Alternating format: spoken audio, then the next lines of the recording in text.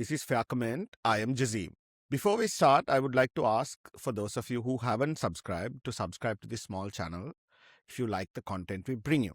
And if it's possible, to share it with one other person, someone who'd appreciate the work we do, bringing you facts and not narrative.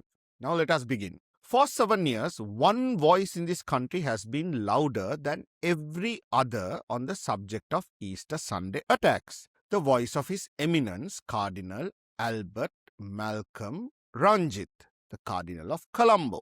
He has in those 7 years demanded answers. He has demanded investigations. He has demanded that those responsible, in his own words, be brought to justice. He has demanded transparency from every government that has held office. Tonight, this program is going to do something that has not been done in Sri Lanka so far on any platform.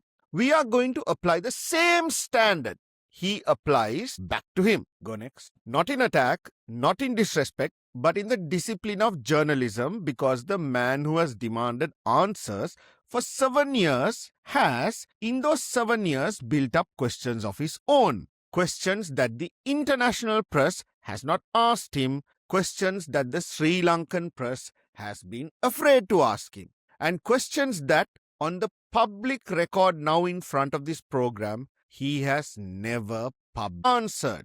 Tonight, we ask them. I want you to follow me carefully through what I am about to lay out, because what you are about to hear is not opinion. It is public record, sourced, dated. You can check every word and challenge us. Let us begin. The 3rd of October 2021, at an online forum organized by a group called the Global Forum for Justice to brief the Sri Lankan diaspora on the Easter Sunday attack, a priest stood up.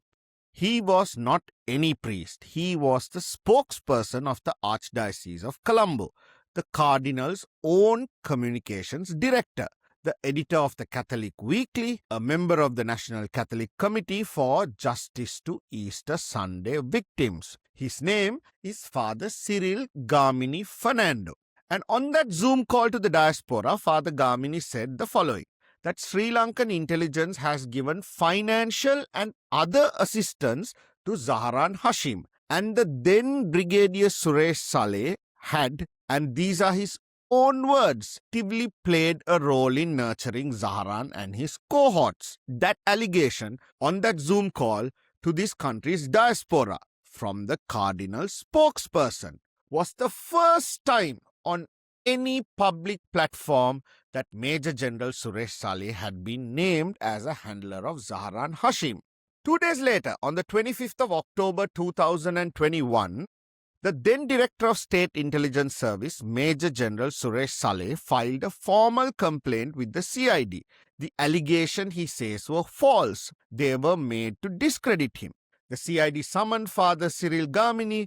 Father Cyril Gamini went to the Supreme Court and asked for protection from arrest. The court granted it. He was questioned. The matter ended there. But the story did not end there. 2 years later, in September of 2023, British television network Channel 4 broadcast a documentary in which a man named Hanzir Azad Maulana, speaking from France, repeated almost word for word the same accusation, that Sri Lankan intelligence had nurtured Zaharan and that Sallay was the handler. The Channel 4 documentary did not invent the case against Sallay.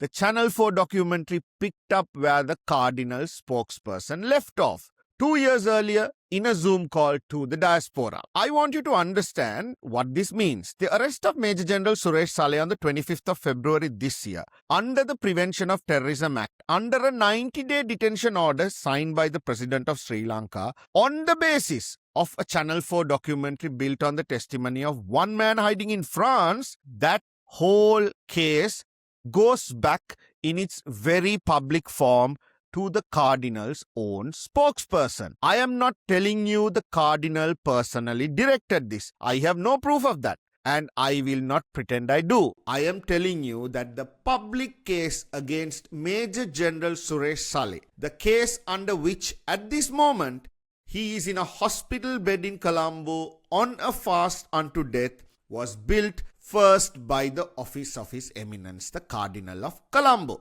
This is the first fact. Let me lay before you the second. In August of 2024, before the presidential election, the Cardinal received at the Archbishop's Palace in Colombo the candidate of the National People's Power, Mr. Anura Dissanayake. The Cardinal sat with him, heard him, welcomed him. And outside that meeting, speaking to the press, Mr. Dissanayake made a public political pledge. These are his own words on public record. We gave an assurance to the Cardinal we will give adequate relief to the victims and bring justice to the perpetrators of the Easter Sunday bomb tragedy. And then this, the Cardinal and we share the same common ground of establishing the rule of law and justice. Only a JVP government can do that. Those were his words. On the 21st of September 2024, the election was held. Mr. Dissanayake won. 2 days later, on the 3rd September, the Cardinal received him again at the Archbishop's house, this time as President-elect. The Cardinal gave him his blessings, pledged him full support. 2 weeks after that, on the 6th of October 2024, the new president travelled to Katuapitiya Nigambu, to the church where 115 worshippers had been killed on Easter Sunday morning. The Cardinal was there, and on that site, to the gathering, the new president publicly pledged to expedite the Easter Sunday investigation and ensure justice would be served fast. And on the day of the vote, the Catholic community of Sri Lanka, which had not historically voted for the JVP, broke for the National People's Power. The Cardinal denies on the record that he influenced the election. The public record shows meetings before the vote, a pledge ceremony at the memorial site after the vote, blessings on the new president, public statements of support throughout.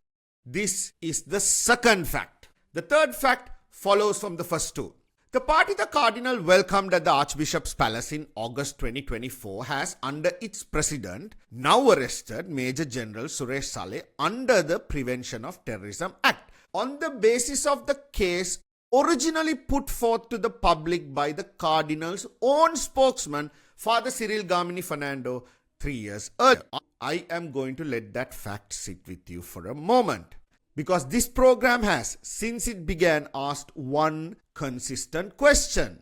We have asked it of governments, we have asked it of investigators, we have asked it of intelligence agencies, we have asked it of academics, we have asked it of magistrate reporters. Tonight, for the first time, we apply that question to the Cardinal's office. How is it possible that the same Catholic office that publicly built the accusation in 2021, the same Catholic office that delivered the Catholic vote in 2024, to the same party that has now prosecuted the accusation under emergency law, claims to be a neutral seeker of the truth? I am not saying it's impossible. I am asking why no Sri Lankan journalist before this program has ever asked it. Now for the rest of the record. This is the same Cardinal who in 2012, when the war between our military and the Liberation Tigers of Tamileelam was being investigated by international bodies, said no. He rejected calls for an international investigation. He called the efforts by the Western powers, and I quote, an insult to the intelligence of the people of Sri Lanka. This is the same Cardinal who in 2000 said, and I quote, foreigners should not tell us what to do. This is the same Cardinal who in 2014, when his fellow Catholic bishops met the United States officials and asked for an international investigation into the use of cluster bombs and chemical weapons against Tamil civilians at the end of the war, publicly disowned them. He said the Catholic Church in Sri Lanka does not support this allegation. This is the same Cardinal who has for 15 years defended Sri Lanka as, and I quote, rooted in Sinhala Buddhist traditions, and described those who fail to recognize this as, I quote again, his own words, foolish. This is the same Cardinal who since 2019 has demanded now an international investigation. on the Easter Sunday attacks. International investigation. Insult when investigating Tamil civilian deaths, a necessity when investigating Sinhalese officials. This is not a moral position. This is a political position. And the politics has shifted depending on who is being investigated. This is public record. Now, one further question, because it cannot be left unsaid on this program. I want to ask a simple question and I want to answer it as honestly as I can. Where was the Cardinal on the morning of Easter Sunday, 2019? He was not at St. Anthony's Shrine, Kochikade, where 56 worshippers were killed. He was not at St. Sebastian's Church in Katuapitiya, where 115 worshippers were killed. He was not at Zion Church, Batticaloa, where 28 worshippers were killed. He was, by his own public account, at the Archbishop's residence in Colombo. Now, what did he know on the morning of those attacks? This program cannot answer that question with proof. The Cardinal has stated publicly that he was not given Indian intelligence warnings before the attack, and that this is his grievance, that this is the failure of the Yahapalne government. That is his position on the record. We accept that for now as the limit of what we can confirm. We do not have a document, we do not have a witness, we do not allege foreknowledge. But we ask the question, because the most powerful Catholic leader in this country was not in any of the 3 bombed churches on the morning of the worst attack on Sri Lankan soil in this country's history. And in the 7 years since, he has demanded that every other official in this country answer with full honesty what they knew. Tonight we ask the same question of him, and we accept his answer as it stands until further evidence, if any, comes to light. This is the 4th fact. And then the 5th. In April and May of this year, Sri Lankan press, citing sources, reported there was discontent within the Vatican about the recent conduct of the Archbishop of Colombo. The same reports that said the Cardinal was preparing to step down at the end of this year. The Archdiocese of Colombo, through its Director of Mass Communications, has publicly denied those reports. It has said the decision is for the Holy See and that decision has not been announced. We accept the Archbishop's denial. We name only what is on public record. But the question of whether the most senior leader of the Catholic Church in this country still has the full confidence of his institution is a question now being asked openly in the Sri Lankan press. That too on the record. Now, before we close, 2 further questions, the hardest of the evening, and I want you to follow each one carefully.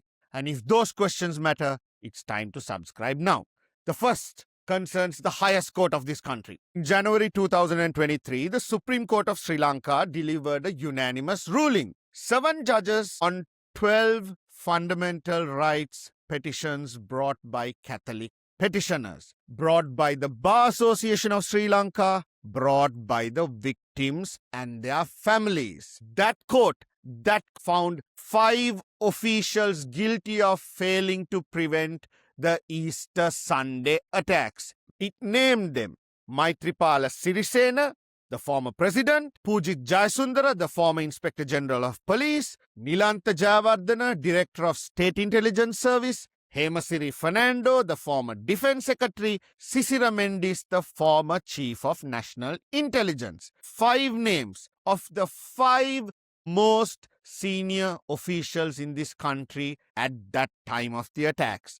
The court ordered them to pay personal compensation from their own pockets to the victims and their families. Sirisena alone was ordered to pay $100 million, paid it by the August of 2024 in full. By May of last year, 110 million rupees had been paid out to 661 victims. That is the highest court of this country hearing the church's own petition, delivering its verdict. And on that list of those held responsible, Major Suresh Sallay was not named, not once, not by Sirisena's defense, not by the Attorney General, not by the Bar Association of Sri Lanka, not by the Catholic Church petitioners, not by the 7 Supreme Court judges who, after a year of hearings, delivered their unanimous verdict. So I have to ask, Your Eminence, if the highest